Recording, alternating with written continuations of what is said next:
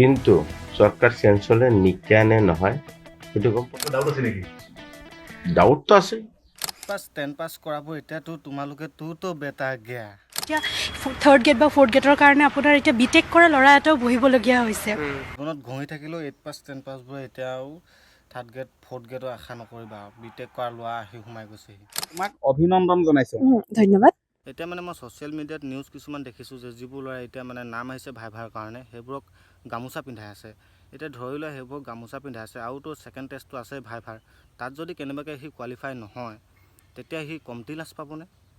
এইবোৰ গামোচা মানে অসমখন মানে মই এতিয়া নিউজবোৰ দেখি মানে গম পাইছোঁ যে এই থাৰ্ড গ্ৰেড ফ'ৰ্থ গ্ৰেড মানে 8 পাছ লেভেলৰ চাকৰি এটা পাওঁতে মানে গামোচা পিন্ধাইছে। মানে APSC লেভেলৰ যোনখিনি পাছ কৰিছে সেইখিনি গামোচা পিন্ধালে হোৱাই, কিন্তু এই থাৰ্ড গ্ৰেড ফ'ৰ্থ গ্ৰেড যোন 8 পাছ লেভেলৰ পাছ কৰিছে সেইখিনি ভাইভাৰ নোহোৱাকৈ গামোচা পিন্ধাই দিছে।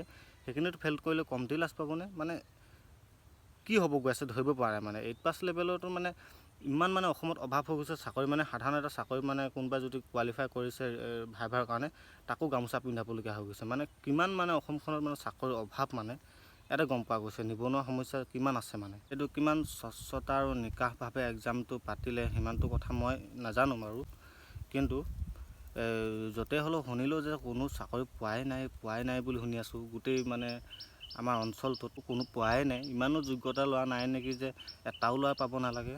পাইছে যদি ক'ৰবাত এটা দুটাই মানে মেক্সিমাম তিনিচুকীয়া ডিষ্ট্ৰিক্টত মই ধৰি লৈছোঁ 40টা ল'ৰাই চাকৰি পালে। শুনাই নাই সিমানটা চাকৰি ল'ৰা পালে বুলি। ইমানটা ল'ৰাই 40টা মানে যিকেইটা মানে মই এনেই ধৰিছোঁ আনুমানিক 40টা যেনিবা চাকৰি পালেই। তেনেহ'লে 40টাকৈ পালে তেনেহ'লে 25খন ডিষ্ট্ৰিক্টত হ'লগৈ 1400 মানহে হ'লগৈ ভেকেঞ্চি পূৰণ হৈ গ'লগৈ। বাকীখিনি পালে কোনে চাকৰি? সেইটো কথাটো মানে ধৰিব পৰা নাই। যিটো হাই লেভেলত কাট অফটো গৈছে আমাৰ লগৰে বহুতো এপিয়াৰ কৰিছিলে, তেওঁলোকেও আচৰিত হৈছে। আৰু পেপাৰখিনিৰ কথাটো নকয়। যিখিনি পেপাৰ দিছে 8 পাছ লেভেলৰ সেইখিনিতো 8 পাছ ল'ৰাটো গোটেই জীৱনটো ঘঁহি থাকিলেও পাছ নকৰে। সেনেকুৱা ধৰণৰ পেপাৰ কাটিছে। মেথছত সেনেকুৱা টাইপৰ দিছে। এতিয়া এটা ড্ৰাইভাৰেতো ইমান ক্ষিপাৰটো সিটো অত বছৰ গাড়ী চলাই থাকোঁতে তাৰপৰা গৈ পিনি এক্সাম আহিলে এক্সামটো দিলে। সি সিমানখিনি এফৰ্টেই কৰিব নোৱাৰে। সেনেকুৱা ধৰণৰ কুৱেশ্যন কাটিছে।